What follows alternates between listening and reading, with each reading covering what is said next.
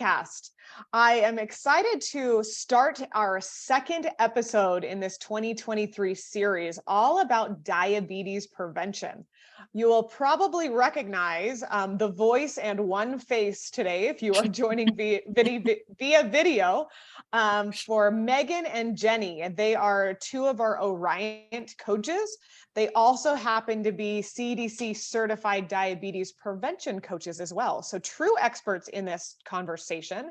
And we are going to be adding on to our last podcast episode that we had in this series where we were talking about nutrition and how that can help us with diabetes prevention. And this time we are rolling over into physical activity and exercise. So Megan and Jenny, thank you so much for joining us again and kind of switching gears a little bit.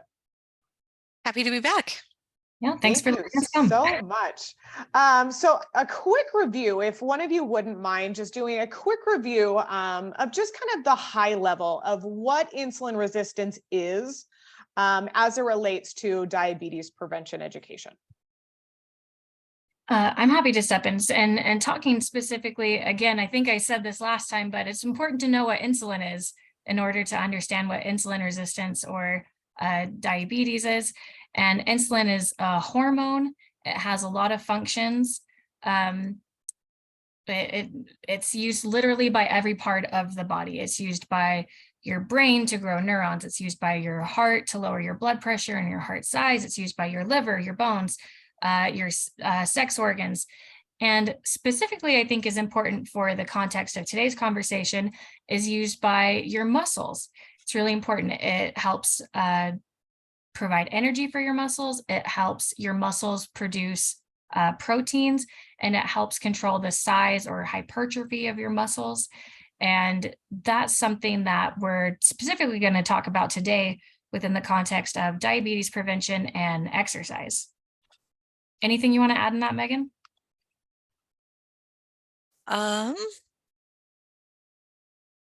Sorry. I was thinking there was something I was going to say about insulin, but I'm positive that you touched on it. Just it is a hormone that is produced in the pancreas, but is ferreted to literally every cell in the body. So insulin is far-reaching. Maybe I will just make a distinction here that insulin resistance is not the same thing as prediabetes, and we did cover this in our first episode, but I do think it's important to make that distinction that they are closely related and historically so, but we are talking about a little bit different things when we say insulin resistant versus pre-diabetic. Yes, thank you. Thank you so much for making that distinction for those that maybe hadn't listened. So very similar, and Jenny touched on this, is, tell us a little bit about, again, high level, because we're gonna dig a little bit deeper, but the impact that exercise has upon, the insulin levels or being insulin resistant. Go ahead, Megan. Oh, yeah, no, that is our whole conversation today, right? So that is what we're going to dig into today. We want to preface with, we have kind of two sections to our conversation today. What Jenny and I will be talking about is some data and what some research says, and then some habit development and more the human component of it. So yeah, if that's all right, to preface it that way, or give people kind of an idea of how we plan to have our conversation, is we'll talk about the data first and then go from there. That's awesome. And just reiterating our thought process is that our last episode was about nutrition. Today's episode is about exercise. It almost sounds cliche of being like, oh, how do you work on this? Diet and exercise. And I feel like people immediately shut down when they hear those things, because they have heard it so much. They've probably tried a lot of different approaches within those two categories, a lot with varying levels of success. And so that is something Megan and I want to talk about. We want to talk about actual research and real data. And then we want to cater it to real life people who have real lives, real jobs, real families, real time consuming things, and make it applicable for everybody. Well, don't Yes. out. Yes. Thank you, Jenny. Not Thank that you, good of Jenny. exercise. Right, right. The data, just because the data is what it is, doesn't mean that you have to do it that way. So just keep that in mind as we're talking about the data part. Yeah, basically don't turn off the podcast yet. Don't do it. Don't do it. Well, let's back it up with some of this data and research that you guys are talking about. Where do you want to start on backing up, the thing that we're talking about today? If I can jump in really quickly. So in that difference between like insulin resistance and prediabetes, right? Insulin does play a major role here. The prediabetes specifically is about how insulin moves glucose out of your bloodstream, right? And how effective it is at that. And fortunately, I understand that it can be discouraging and empowering to realize that our habits can determine a lot of that. Discouraging in that a lot of times when we think of habit change, it is really difficult to do. It takes some time. It's maybe not as easy as other medical interventions. However, we hope that it's also just as empowering and encouraging, because the way that you live can get you to this pre-diabetic phase. It can also take you out of and literally reverse a prediabetes and insulin resistance. And so while we recognize that that's the slower process, it's also very effective. And sustainable. Yes. Yeah. Your body will just continue to get more insulin sensitive, right, Jenny? Versus say if you're taking a medication, for example, typically a body will start to get resistant to that medication. Right, in which you have to change medications. It's something that you have to do consistently. And it's really designed, medication is designed and surgery is designed to treat the symptoms of diabetes, whereas lifestyle changes are treating the root cause of diabetes. And so, like Megan was saying, yes, it is slower. In a lot of ways, it's more difficult because it's not just this instantaneous thing that you can do, but it is very effective and it is very sustainable. And going back to your question about data, and we're specifically talking about exercise and its relationship to prediabetes. We can't talk about one without talking about insulin and its relationship with muscle specifically, or exercise and muscle, right? That's the system that we're using, the body system that we're using. And for the average middle-aged person, muscle accounts for roughly 25 to 30% of your body mass, which makes it the largest insulin sensitive tissue in the body. Muscle is very responsive to insulin. And it has several important effects that I mentioned earlier, such as promoting muscle growth and maintenance and regulation of protein metabolism. It's really important. And the more muscle mass that you have, the more room that there is to deposit that glucose. And if there's more room to deposit glucose, that means your blood glucose or your blood sugar is going down, which means that your insulin levels are going to go down. And so it has this entire process, because we know that when your insulin levels are consistently raised, you become more and more insulin resistant. The longer the prolonged state that you're in insulin resistance, the higher risk you are for prediabetes and for developing diabetes. So there's this whole chain effect that can really be mitigated a lot by exercising and developing muscle mass. Mm-hmm. And the movement matters, right, Jenny? So when we're talking about exercise, like remember, like Jenny said, muscle accounts for it's a very large percentage of our body. There's a lot of muscle tissue with also the potential to increase or decrease. We'll talk about that a little bit more in a bit, I think. But that makes it a really large area to deposit glucose from your bloodstream. And the reason that movement matters is because muscles are actually capable of pulling glucose from the bloodstream without the aid of insulin. That's how important glucose is to to muscle movement and activation is it has its own mechanism to get it. So if that's activated by movement, the contractions, the flexing of your muscle pulls that glucose in to make it happen. So if you're moving and you're pulling that glucose out without the pancreas needing to send insulin into the body, it reduces that challenge and that strain, that what's the word I'm looking for? That requirement of glucose. There's already less glucose in your bloodstream, automatically less insulin in your bloodstream as well. So again, that contraction, because it can do it without the aid of insulin, makes it a really, that's why it's so insulin sensitive, why it's affected by insulin so quickly, is because of that mechanism. And to your point, Megan, as you were talking about movement matters, because I think when we contemplate exercise, so often the vision that we have is like 30 to 60 minutes of concentrated physical activity, which is great. And we can talk about the benefits of that in a second, but movement matters. As you're talking about, like for insulin, acts as like a gatekeeper for blood glucose. All of those other organs that I mentioned at the beginning, your brain, heart, liver, bones, etc., they require insulin in order to let the glucose in to do its job.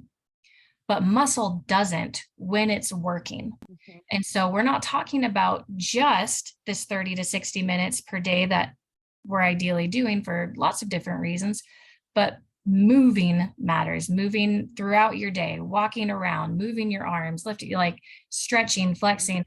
Movement matters with this idea of reducing insulin sensitivity and being able to absorb more of that glucose into muscle mass without the aid of insulin. Yes. So I do want to kind of circle back, but I think since we're going down the movement and the type of movements, I kind of want to go there. But Megan, I do want to circle back to cold therapy in just a minute. But as you're talking about movement, I'm sure many of our listeners have heard about aerobic and anaerobic or resistance type exercise. So would either of you kind of describe the difference, and if one of them could be more beneficial than others? I know moving our bodies is what matters, but is there one that is better or worse when we're talking specifically about insulin resistance? I'm going to let Megan, this wasn't part of her bio, but she's actually a certified personal trainer as well. And knows a lot about this. So I'm going to let her. Okay. Aerobic versus anaerobic or resistance training. Simply, aerobic is exercise that you have a sustained heart rate. Think running, swimming, biking, even hiking, like those kinds of movements. It's called aerobic because of the energy pathways that it uses to sustain that. Anaerobic or resistance training is like your weight training, body weight exercises, things that you would typically, you could count in repetitions, kind of a thing. And it depends on the situation whether one is more effective or not. Some studies show, well, actually, there was a study of about 32,000 people for almost 20 years that showed at 2.5 and above hours of exercise a week, the body had similar benefits between aerobic or resistance training. As it also suggests that doing both aerobic and resistance training is your best combination. However, less than that 2.5 hours a week, say you only have an hour a week to do exercise, resistance training yielded the greater return on investment. A big reason for this is likely because, again, what resistance training does for your muscle mass compared to aerobic training. So aerobic training, simply put, doesn't build muscle. Resistance training does, because that increases the area for glucose to be deposited. That's your greater return on investment of pulling that glucose out of your bloodstream, reducing the need for insulin, and increasing your body's insulin sensitivity as well as the reduced risk of prediabetes. Love it. Jenny, does it matter how intense a person's exercise is when we're talking about this topic? Intensity does matter. And again, we'll frame this within the context of what data shows and what is realistic and actually safe to engage in. But intensity does matter. And research shows that the individuals who are able to exercise more vigorously have greater improvements in their insulin sensitivity, meaning that they are more sensitive to insulin, they are less resistant to insulin. So if you can do a more intense workout, and relating to what Megan was talking about, the resistance training versus aerobic training, what that intensity looks like might be if you are engaging in aerobic exercise, think biking, running, swimming, picking up your pace, moving a little bit quicker, moving at maybe more intense intervals. So if you're jogging at 5 miles per hour and then you incorporate some sprints for a short period of time and then you pull back. Some people have heard about this called high intensity interval training. It's the same idea, being able to add these bursts of intensity. And for resistance training, intensity really comes from being able to, what some people call in the fitness world, maxing out. Other people call it going to failure. And basically what that just means is that you cannot do any more repetitions with good form, with proper form. So whether that is you're lifting extremely heavy weights, so you can only do 5 repetitions, or you're lifting more moderate weights, so you can get to about 15 repetitions. The idea of intensity is that within that set that you are doing, the last 2 repetitions are extremely difficult. And after your last one, you cannot do any more with good form. So that's what we're talking about with intensity. That being said, from a safety standpoint, that is not realistic to jump into. And you have, I think, over a 90%, Megan, you can correct me if I'm wrong, but over a 90% likelihood of injuring yourself within the first 6 weeks if you go from very low activity or minimal activity to attempting to do high intense activity. So that is, if you're hearing this and you're hearing this data and you're like, great, high intensity interval training, here I come. Yeah, That's a great place to go eventually, but that's not where you start. Yeah. So regardless of the higher intensity exercise being most effective for our, the relevance to insulin use and glucose use, in actuality, just think about, like, are you conditioned or deconditioned, right? Mhm. Where are you starting? Because that would be an easy takeaway to say, all right, go hard or go home, when we need to kind of take that step back and realize, like, there is a conditioning process to exercise. And if you are a beginner, behave as such. To give your body that time to get conditioned, to become familiar with the movements, give your muscles that chance to adapt to the exercise. For example, in talking about the resistance training, Jenny mentioned that whether you're going with your heavier weights and low reps, like around 3 to 5 or 15, the 3 to 5 kind of weight range is for more practiced exercisers, weightlifters. Yeah, if you're a beginner, you are smarter to start at the lighter weights, the higher repetitions. That creates a baseline for your muscles to build on and get into the higher intensity exercises. I think with cardio or aerobic, that process is a little bit quicker, because it is also possible to do higher intensities that maybe don't look as quick as others, right? Jenny's higher intensity, her level 10 can be different from my level 10, but the point of that higher intensity is to get your heart rate up faster. So whether that happens at 5 miles an hour or 10 miles an hour, it can be just as effective. Right. And I think those are huge, points to take in is everyone is different. And just like when we talk about all things health, which we're going to talk about habits in just a minute, start slow and know that the adaptation process is going to be slow. I mean, there is no question. I have injured myself and I have, been in pain because my head thinks so much bigger of my body and I start out too fast or I go too big too soon.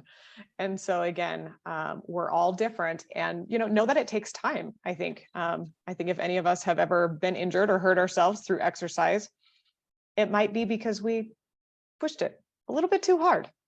I also think there's another part to this conversation that, like Tara, it sounds like for you, it definitely is for me, that higher intensity exercise is the kind that I like. Love it. Love it. Yes, exactly. That's the kind that I prefer. I have more fast twitch muscle fibers. That's what feels more natural to me. Running a marathon sounds like literal torture to me. Running a mile is super tough for me. So it's also, I think, important to point out that if higher intensity exercise sounds horrible to you, it sounds like such a commitment that what's going to end up happening is just quitting altogether. Don't go that direction. Do the thing that you will do consistently, because in the long run, consistency is going to be the bigger factor than whether your workout includes intervals or not. Yeah, but Megan, you definitely hit it for me is, finding something that I enjoy. I'm with you. Going out and running a marathon sounds horrible, but doing a sprint triathlon where it's something different is better, or, lifting weights for me, or even body weight. There's so many things that, I turn to that a lot of the time I don't even know that I'm exercising. And so again, for me, finding that enjoyment is really what's going to help with the consistency. Because remember, the first thing we said is that movement matters, right? It is true that the higher intensity is more effective at this improving insulin sensitivity, at getting glucose out of the body. That does not mean that it's go hard or bust. The movement is still utilizes that process. Basically, just the higher intensity does it faster. Right. And that's the one thing that Megan and I, as we were talking about the data and the research, that we really did not want to be the takeaway of somebody listening to this and saying, either I don't have 2.5 hours to dedicate a week to exercise, or I don't have the ability and or motivation to do high intensity exercises. Therefore, it doesn't matter. This doesn't apply to me. Like going on little nice walks around the neighborhood, gardening where I'm squatting a lot, going on bike rides with my kids, none of that matters because it's not doing what the data says. That is not the takeaway. Movement matters. The more movement that you can get, the better. And everyone has to start somewhere. On that note, if I may, reference the book Why We Get Sick by Benjamin Bickman. In talking about exercise and insulin, he talks about a study on insulin resistant individuals. They had them engage in moderate intensity walking for 3 months. And over the course of that relatively brief study, people lost on average 2% body fat, which largely came from visceral fat, which tends to be the kind that causes more problems in our bodies. And 2% change may not feel like a very big difference, but it was enough to improve those participants' in insulin sensitivity, as well as additional helpers to reducing insulin in your body, like reducing inflammation, oxidative stress. This was all in the absence of weight loss, by the way. It was just the benefits of the movement and how your internal workings of your body were improving. And just to tack on really quick, if you're hearing phrases like moderate intense exercise and you're like, I don't know what that means. There, you can actually calculate your heart rate if you want to, but a good rule of thumb is if you could have a conversation where you're breathing a little bit, maybe you have to take a breath like every few words. So your heart rate's elevated, but you can still have a conversation. That's what moderate intensity is.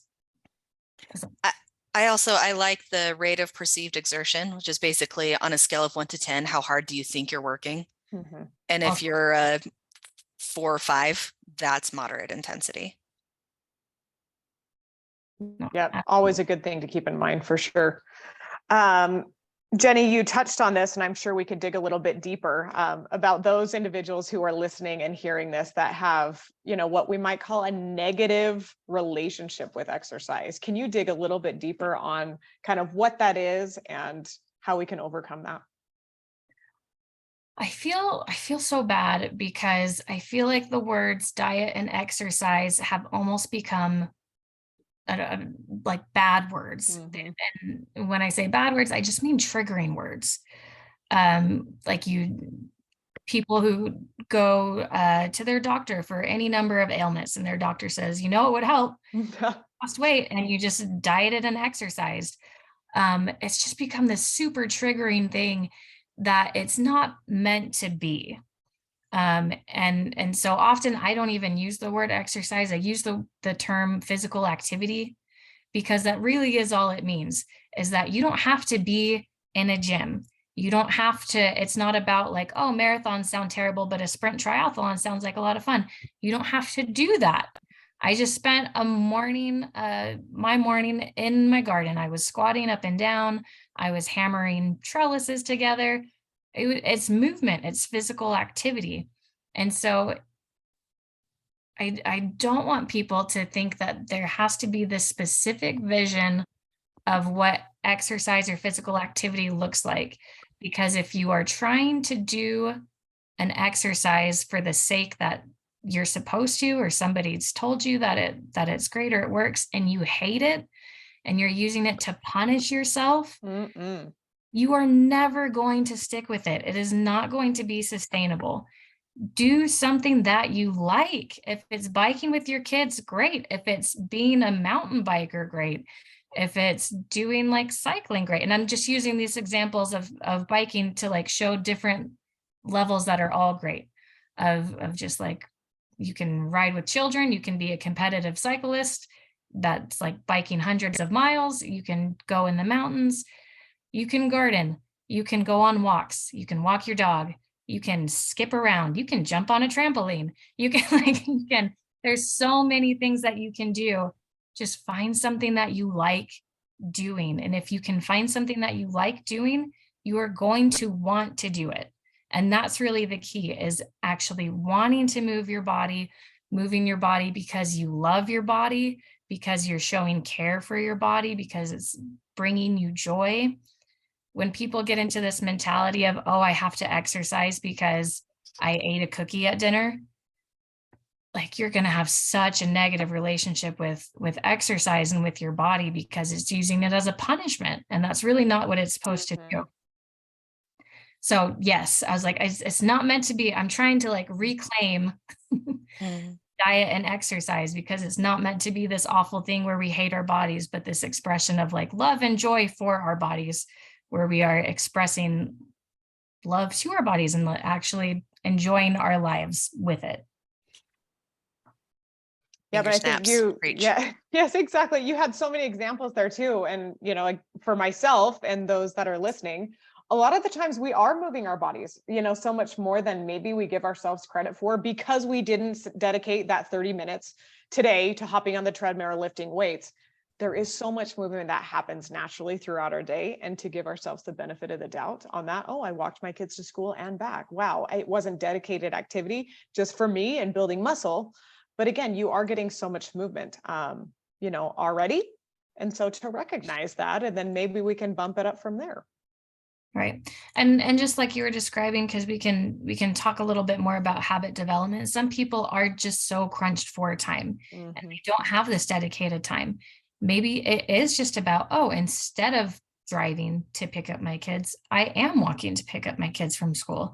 Maybe instead of sitting in my car during soccer practice, I'm walking the field around soccer practice. Like there's ways that you can maneuver physical activity into your day without it being, I have to put on my sneakers, I have to get dressed, I have to go a place, I have to do a specific program, I have to come back, I have to shower, I have to do like 30 minutes becomes like a 2-hour ordeal.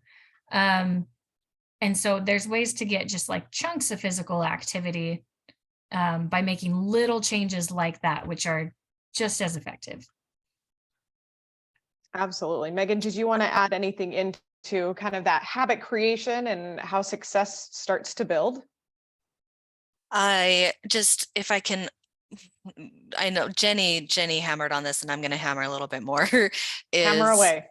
And you can hear Jenny's expertise on habit development in this. Is doing something because you feel you need to punish yourself is not sustainable. That was one of the things Jenny said at the very beginning of this conversation. Is sustainability also matters, right? The consistency matters. Doing something because you feel you need to make up for other choices is not sustainable. So instead an approach of I'm doing this to show that love, to find enjoyment, to take care of my body is much more likely to lead to the habit development that we're talking about, and manifests in a healthier body, a better functioning body. And then, the context of this series, reduce risk for diseases like diabetes and prediabetes. I think that's what I'll add. A couple of years ago, we did a huge series, much like this, all about motivation and finding motivation. So being two experts in coaching and diabetes prevention, where can people turn for motivation? They know that they're, starting to struggle with some of these things. Where do we seek motivation? Oh man, I could go on a tangent. Yeah. Ready. No, I know Megan was waiting for me. She's like, is she? Here she goes. Hang on. Was it okay? Before Jenny goes, Please stop. because I do think that there are places to find that inspiration. Like you see someone practicing the kind of healthy habits that you want to practice, ask them about it, have the conversations about it, utilize a coach, right? You've got your health coaches, you've got lifestyle coaches, you've got personal trainers, hire someone like that. I also think that humans are very capable of doing the thing regardless of our motivation levels. That's what I think is actually the more important skill and more effective skill, is getting yourself to do the thing even when you don't want to. One of the tools that I use for this in myself and exercise is I usually will do that in the mornings. And if the bed is really comfy, for some reason, the sheets are softer in the morning than they are at night, I tell myself I've never regretted getting up and going for a workout. There've been times where I've got to the gym or I've got out and I start moving, and 2 minutes in I realize I don't have it today and I leave. But I've had way more days where I've thought I should have just got up and gone than I've had 0 days that I thought I regret coming to the gym. I regret trying at least starting this workout. Totally. You found that intrinsic motivator versus, the extrinsic that you started out talking about. So passing the torch. Go, Jenny, go. Okay. I was contemplating the entire time of how I can keep this concise. There's a tall order. Tall order. Something I'm really passionate about. There are 3 big keys, I think, that come with motivation that are partners. There's your motivation to do something, there's your ability to do something, and you can prompt yourself to do that by giving yourself some sort of reminder of building that into your day. If your motivation to do something is low, which means basically that you don't want to do this thing, your ability to do it needs to be really high. Mhm. So if you really don't want to do a marathon, if you're going to do it, you should probably be an elite runner already. Otherwise, it's just not going to happen. If you don't want to engage in physical activity, you need to choose something that your ability to do it is already really high. So that might mean walking around the block. That might mean taking the kids for a bike ride. That might mean spending a little bit of time in your garden. That might mean having like a 10-minute dance party before bedtime. I don't know what I don't know what it is, but your ability to do it needs to be really, really high. And that's going to help overcome the low motivation. Otherwise, it's a matter of choosing things that you want to do is always going to be helpful, and choosing foods that you want to eat that also have nutrients in them. Choosing physical activities that you want to do is going to help you do them. Aside from that, there's like different tiers that can help you with that motivation. Megan was talking about on a personal level what helps her motivate herself, of, pulling from past experience and saying, I know that I feel better when I do this. I know that I'm going to be happier with myself and have a better day when I do this. That's her personal motivation and her personal ability at work there.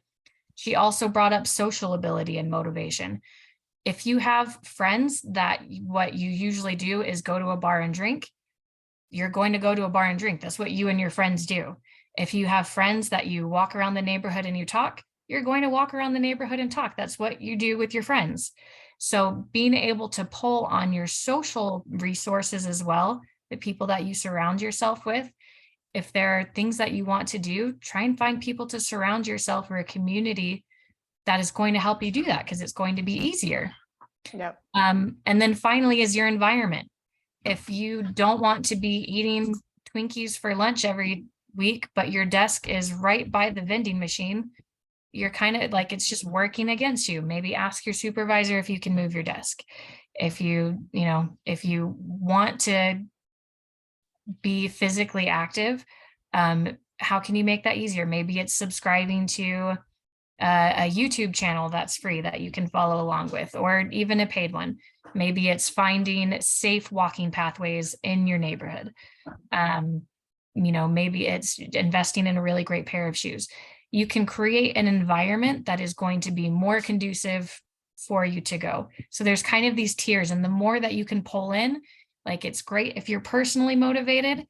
It's even better if you're personally motivated and you've got social motivation with your friends in your community. It's great if you have both of those. It's even best if you've got your personal motivation, your social motivation, and your environment is conducive to making it easy for you to do it. You can create all three of those tiers. You're going to be able to overcome any lapse in motivation because other things are going to help you out. When one thing fails, you're not in the mood, your community is going to pull you in. If your community's not there, but your shoes are still by the door, you're going to be more motivated to go walk and be able to overcome that. So they really all work together. And that was too long still, but I did. No, it was awesome. Not too long. So much more eloquently put. Not too long. Thank you.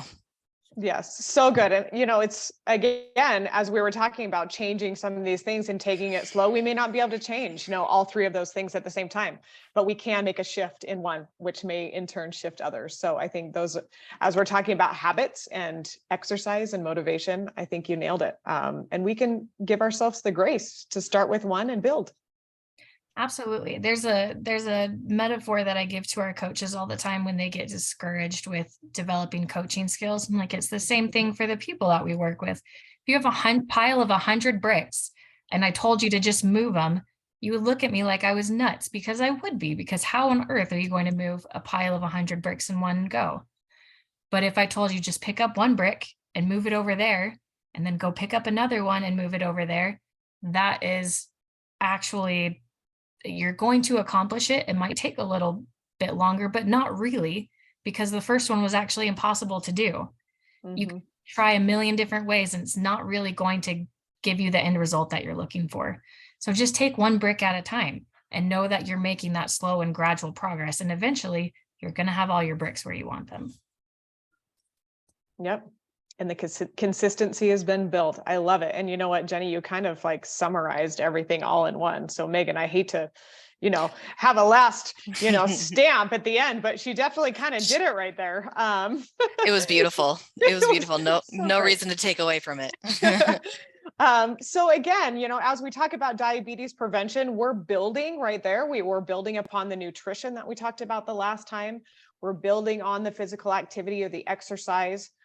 We still have a couple more in the series as well. So we will in this summer be cycling back to how sleep also impacts in the world of diabetes prevention. So that's the next episode that will be happening late summer when Megan and Jenny will be coming back. And we'll be talking all about sleep. And I am a real nerd when it comes to sleep. So get ready. But again, I hope everyone will join back. Jenny, thank you. Megan, thank you for your voice, though we can't see your beautiful face. I'm so excited to bring you both back in the summer to talk about sleep. And for those of you that are looking ahead to next month, we will be shifting gears pretty significantly. We're going to be really touching on financial well-being, which we don't talk about a lot.